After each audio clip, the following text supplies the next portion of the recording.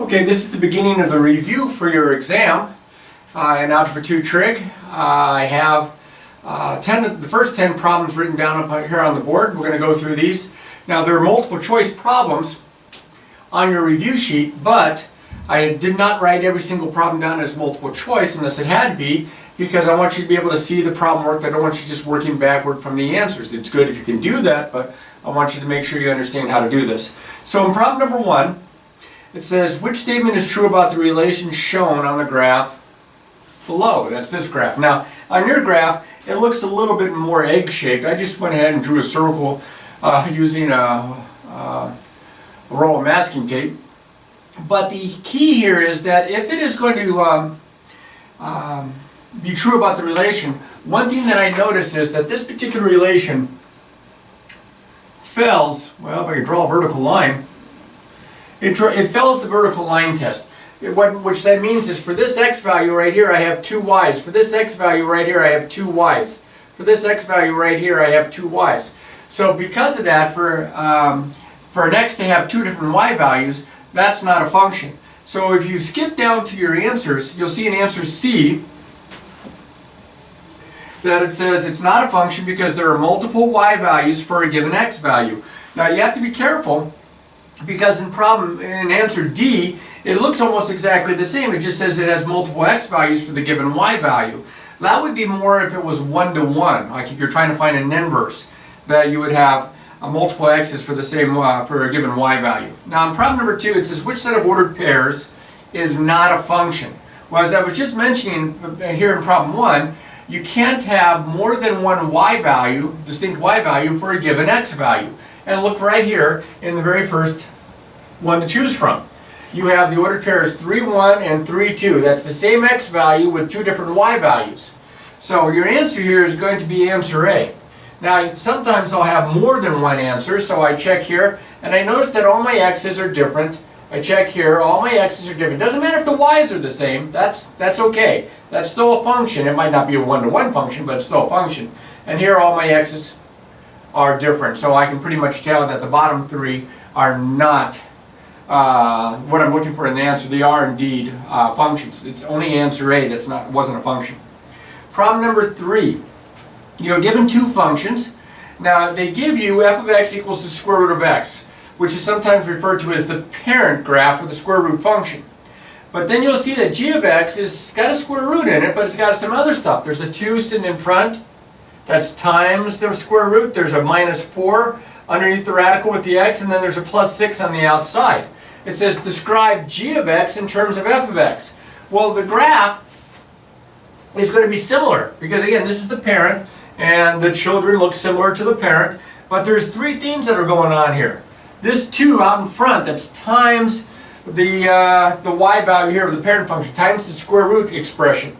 Okay, that's going to be a vertical dilation. It's either going to stretch it or shrink it. If it's greater than 1, it stretches it vertically. If it is between 0 and 1, it shrinks it. It squishes it down a little bit, or compresses it vertically. And of course, if there's a negative out here, which there is not, but then that would be a reflection in the y-axis, or excuse me, in the x-axis.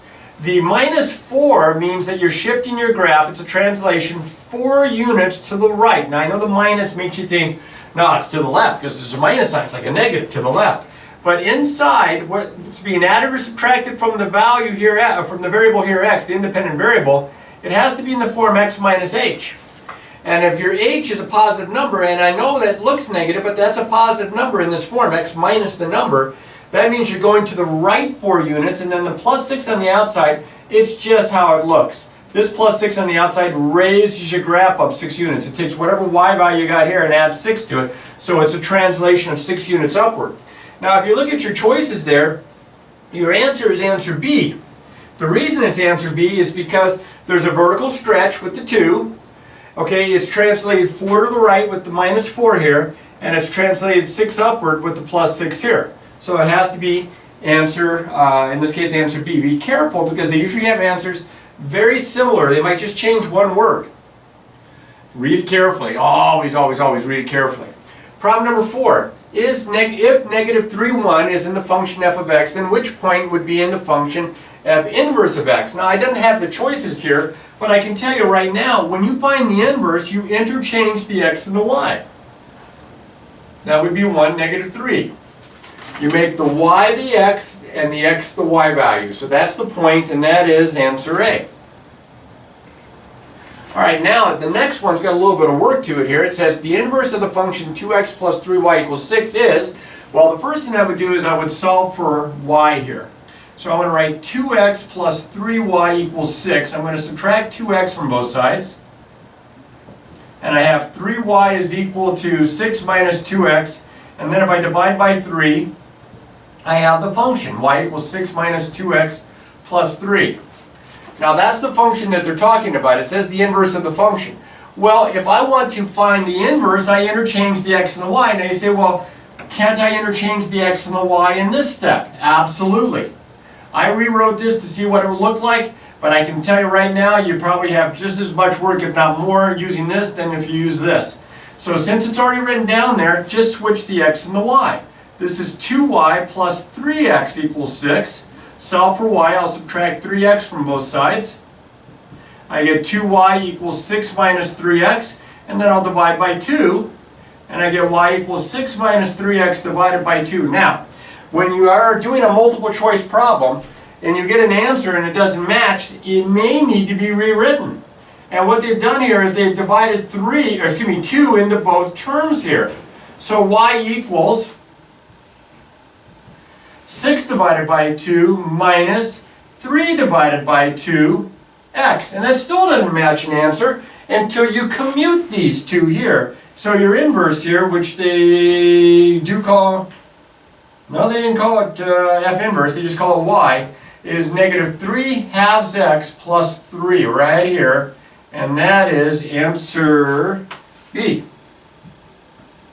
Kind of squeezed it in there. Hope you can read that okay. If you're looking on your phone, it's not very much space to find that. If you can put it up on the TV or something, or on your computer monitor, you'd be better off.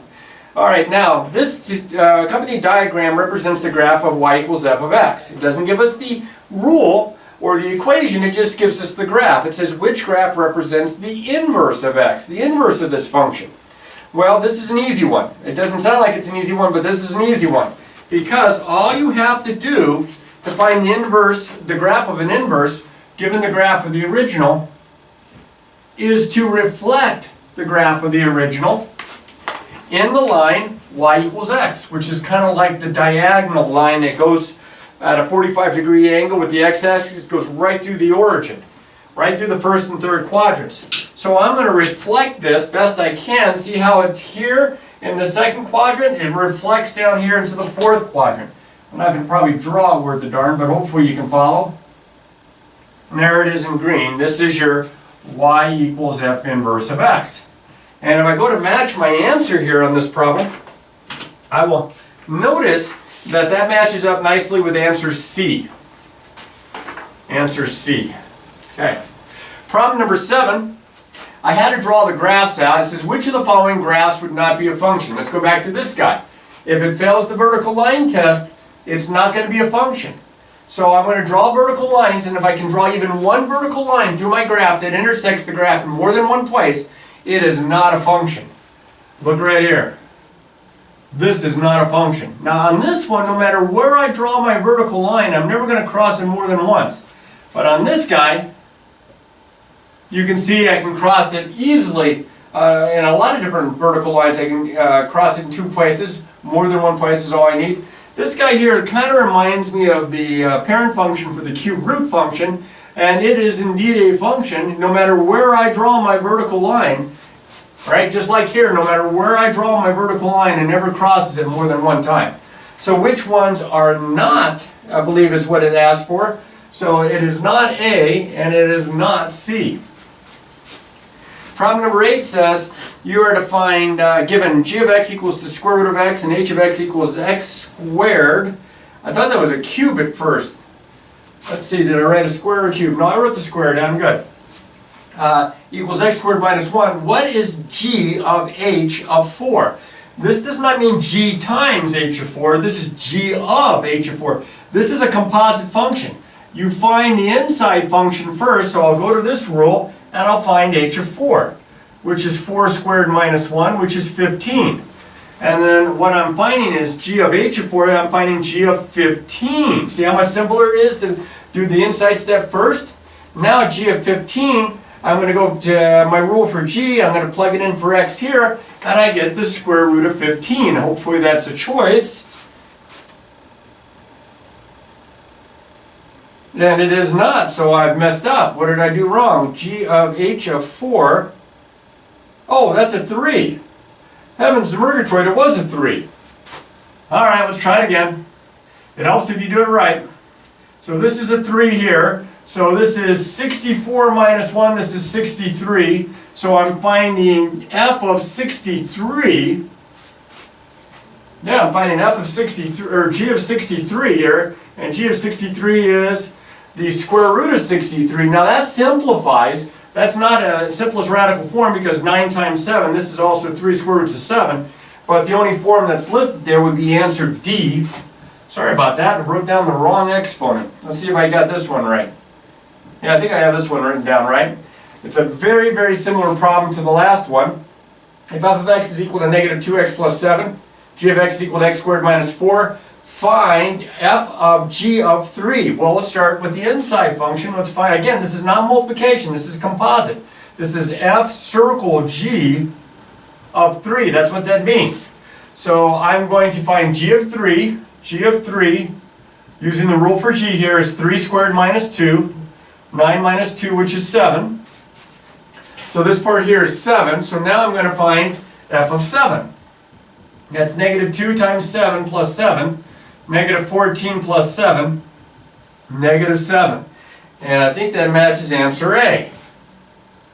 Alright, the next part here, the last problem that we have, if f of x equals 2x minus 1 and g of x equals 3x plus 5, then find f of g of x. Notice, not a number there like there was in the last couple problems, but you have to actually write the rule out. So we're going to find f of g of x.